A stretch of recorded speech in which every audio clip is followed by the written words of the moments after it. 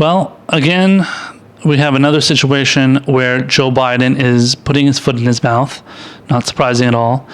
All of a sudden now, he is coming out and declaring how he was against the Iraq war all along. Joe Biden was against the Iraq war. So now anybody that knows Joe Biden knows what his general positions, anybody that's even like a novice on politics, obviously, knows all, knows kind of the general stuff about politics, isn't totally, I guess, clueless on it, knows that Joe Biden has never been anti-Iraq war. He's always been pro-war. He's always been, in favor of all this imperialism and all this overthrowing of countries. He's never come out against it. But all of a sudden now he's pretending, he's rewriting everything about himself, and he's trying to pretend as if he's he's like this totally like diplomatic person, and he cares so much about, standing up for, democracy and stuff. He doesn't give a shit about that kind of stuff. But anyway, so let me play you this statement that he made. He was on NPR. He had an interview with an NPR like correspondent or whatever, host, and they had a long conversation about various subjects, but they broached the subject of foreign policy, and specifically his foreign policy views. And then the interviewer asks him a question here, and then essentially questions his foreign policy record, and then he gives a response. So check this out, and then we'll talk about it on the other side. I want to ask you about foreign policy, because this is something that you have a lot of experience on. You could say you have more experience than any one of your Democratic opponents in foreign policy. I think all of them combined. But some of your critics, some of your rivals have said that they question your judgment on foreign policy. And we'll point specifically, Mr. Vice President, to some of the decisions you made in going to war with Iraq, but also in terms of handling the withdrawal out of Iraq. I am curious how you respond to questions about your judgment in that space. I let my record stand. I think my record has been good. I think the vast majority of the foreign policy community thinks it's been very good. For example, I got a commitment from President Bush. He was not going to go to war in Iraq. He looked me in the eye in the Oval Office. He said he needed the vote to be able to get inspectors into Iraq to determine whether or not Saddam Hussein was engaged in dealing with a nuclear program. He got them in, and before we know, we had shock and awe. Immediately, the moment it started, I came out against the war at that moment. Now, the judgment of my trusting the president to keep his word on something like that was a mistake, and I apologize for that. But look what happened. In the first meeting in the Oval Office after this occurred, when we won, when President Obama and I won, we sat there and the entire national security team came in and said, well, we have a plan for Iraq. And the president turned and said, no, Joe will handle Iraq. Work with Joe. So from that point on, he gave me the objective of getting American combat troops out of Iraq, which we did. And it was the right decision. But I was asked to help put together a coalition of 65 countries to deal with al-Qaeda. And I was able to do that. And so the point is that I'm not sure exactly what they're talking about. What they're talking about is the fact that you supported the Iraq war. You did not come out against the Iraq war after you realized that it was a mistake because George Bush surprisingly didn't hold true to his commitment to you or to his promise to you that he wouldn't do certain things that you didn't ask for. That's complete bullshit. And, for him to be, again, invoking President Obama once again, because he knows. So this is something I obviously mentioned earlier. President Obama is very, very popular among the Democratic Party. Now, obviously, Joe Biden was his VP. Joe Biden, he knows he can't run on the issues, so he just has to say, well, like Obama, I did this with Obama. And Obama accepted it, and Obama agreed with it, and Obama wanted me to do it. And he told me to do it, and he allowed me to do it. So because Obama allowed it, that's... it's perfectly fine. It's a great idea and it's a great policy, and this is something I'm going to keep talking about, and Obama this and Obama that. Obama's my buddy, Obama's my homie, Obama's my boy, Obama's my whatever. He's going to just keep mentioning Obama. And that's all he wants to do because he knows Obama is popular. And while Obama might not be a progressive, And obviously, he it's a neoliberal centrist himself, just like Biden is. But I would say Biden is even further to the right than Obama. But he knows that within the Democratic Party, again, those specific voters, the party insiders, consultants, strategists, all those people, Obama's loved. They just love him. They are obsessed with Obama. They are obsessed with his legacy, which sucks, by the way. And Biden wants to piggyback off that. And in a way, it's smart because it's what else are you gonna do? He can't run on the issues because his ideas suck, referring to Biden. So he can't run on his own policies. He can't run on his own ideas. His ideas are terrible, and they're just pushing for the same bullshit that we've always done. He doesn't want to do any kind of decent healthcare system. He doesn't want to raise the minimum wage. He doesn't want to, do any kind of debt-free college or cancel student debt, student loan debt or anything. He doesn't want to do any of those things. He doesn't want to do any kind of structural change. If Elizabeth Warren doesn't want to do structural change, even though she claims to, but if she doesn't want to do structural change, why would Joe Biden want to do it, right? Why would Kamala Harris want to do it? Why would Pete Buttigieg want to do it? The only person that really wants to do is Bernie Sanders and maybe to some extent Tulsi Gabbard, although Tulsi Gabbard doesn't say she's a democratic socialist. But, at least Tulsi Gabbard is much more like anti-imperialist than, I would say, even more than Bernie Sanders in many cases. But the general idea here is that you can't push for any kind of thing that's going to, upend the Democratic Party and what the establishment wants. But look at this. He's going in there and he's completely rewriting everything that he said and he did. And I mean, people, I think this happened, 2 or 3 days ago, I think. As soon as this happened, the media, even the mainstream media, which is like super pro-war, super, like pushing for all kinds of conflicts, overthrowing this country, overthrowing that country, whatever.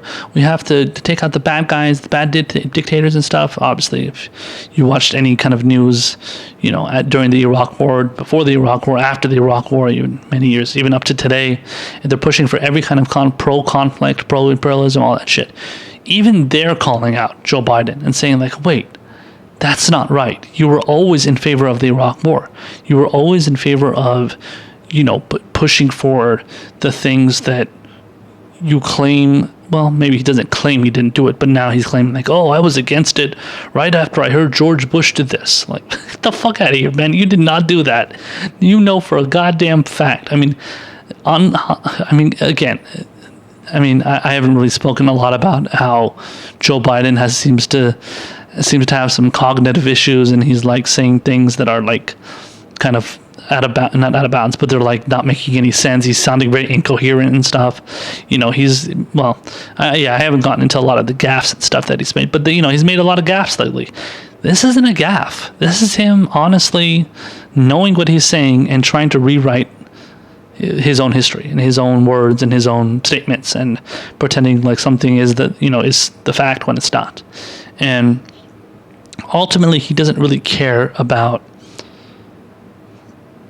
He doesn't care about trying to do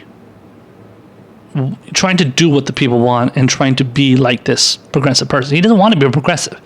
Now, he may use layup. I don't think I heard him use it. I don't know. I haven't really heard him use it. He would have probably used it a lot more if he was running in like 2016 or something. But he hasn't used in this current, president. I mean, obviously he didn't run in 2016, but if he had ran in 2016, he would have probably used the term a lot more. But he definitely hasn't used it now because he thinks that people don't want to be progressive, and he wants to separate himself from Bernie Sanders and Elizabeth Warren to some extent. And he doesn't want to be part of that label. He doesn't want to be part of like any kind of obviously democratic socialist label, all that stuff, progressive, leftist, whatever.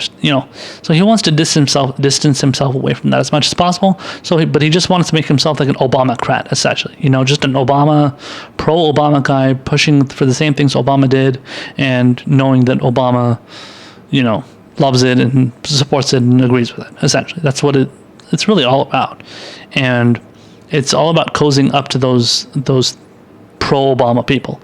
And for him to pretend like he's all like now he's against the war and Iraq war and I stood up and disagreed with it, disagreed with Bush, and when I became vice president, Barack Obama came up to me and said, Joe wants to do this, and he wants to end the war here and go into there and defeat Al Qaeda. So, okay, that's not what you.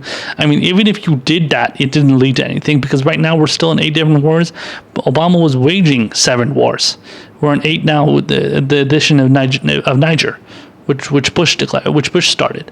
And that's kind of part of the whole like shadow war that we're involved in Africa right now under Trump. Now, Obama wasn't doing that, but Obama was still waging 7 different wars. And yes, he did withdraw out of Iraq, but then ISIS was created after that. He withdrew out of Iraq, I think, end of 2010, or 2011 or 2010.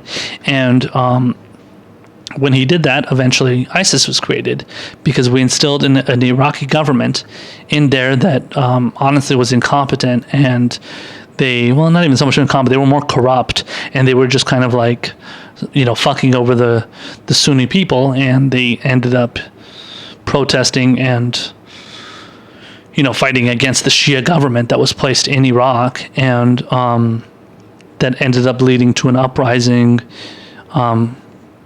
and honestly, it kind of happened all throughout the Middle East. It happened in Tunisia, it happened in Syria, Libya, all those different countries. But it first started in Iraq for sure, and that's when all the former Iraqi generals that were working with Saddam, were basically operating under Saddam Hussein's, rule.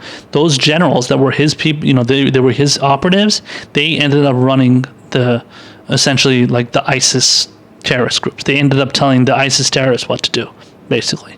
So, there's nothing that Joe Biden did that actually fixed anything that is happening in those countries, in any country, let alone Iraq, in the Middle East. He didn't do anything to fix anything there. He's been pro-Syrian war. He was in favor of overthrowing Assad. He was definitely in favor of overthrowing Gaddafi in Libya, which Hillary Clinton loved. He was definitely in support of that. If he wasn't, that would have been a major story. He was not against that. He was in favor of those two. He was in favor, obviously, I said Iraq. He was in favor of Afghanistan. I mean, this guy is pretending to be what he isn't, and it's not working. Now, that doesn't mean he's losing ground in the polls. He's still ahead in the polls, which is incredible.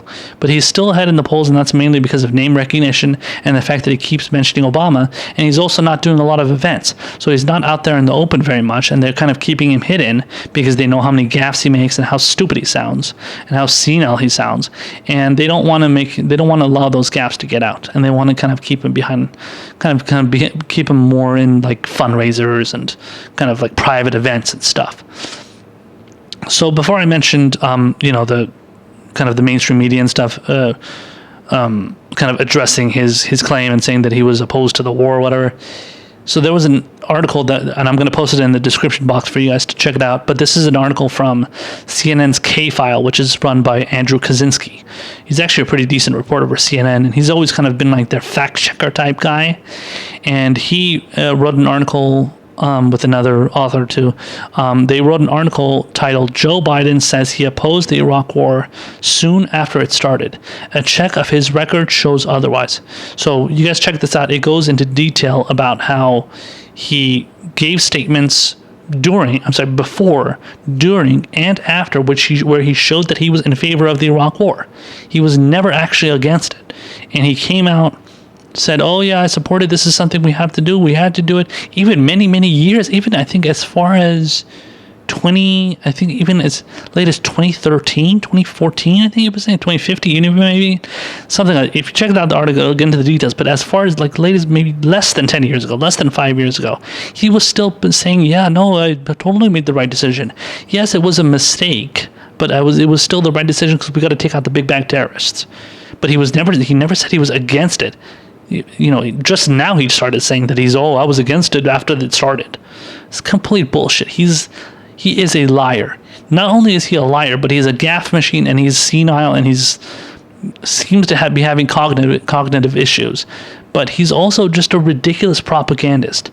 And anybody that chooses to vote for Joe Biden is truly an idiot. I'm sorry, but you're voting for somebody that it doesn't. he's not running on anything. He's not running on any policies. All he's running is on, I support Obama. I like what Obama did. And I was his VP. That's it. I was Obama's friend. That's it. That's all he's got. There's nothing else that Joe Biden has to actually run on that has to do with substantive policies. He knows it too, because if he actually wanted to run on policies and be like, okay, I support trade deals, I support more wars, I support going into this war and going into that war, I support not raising the minimum wage, I hate socialized medicine, or whatever the hell you want to call it. I hate, Medicare for all, or I hate healthcare for all, or whatever the hell you want to call it. I hate getting rid of student loan debt. All the millennials need to shut the hell up and just deal with their student loan debt, which is, he pretty much has said to some extent or another. He's basically told them to suck it up and deal with it. So yeah, I mean, on all those other things, if he truly believed that, he would say it. You know what I'm saying? If he truly wanted to be honest and not just fucking, pretended to be something he's not, he would just say those things and then just go out there and just be honest. At least be honest and let people know what your real positions are, instead of pretending to fucking fool us and act like we're idiots, that we don't have the internet and we can't look up your policies and the statements that you've made and the speeches you've made and the beliefs that you have. So we know exactly what you believe. So don't try and kind of, slide this under the rug, sweep it under the rug, and think we're not going to notice, because we're onto your game, and we're onto the game of the establishment and all the other Democrats that are trying to trick us again.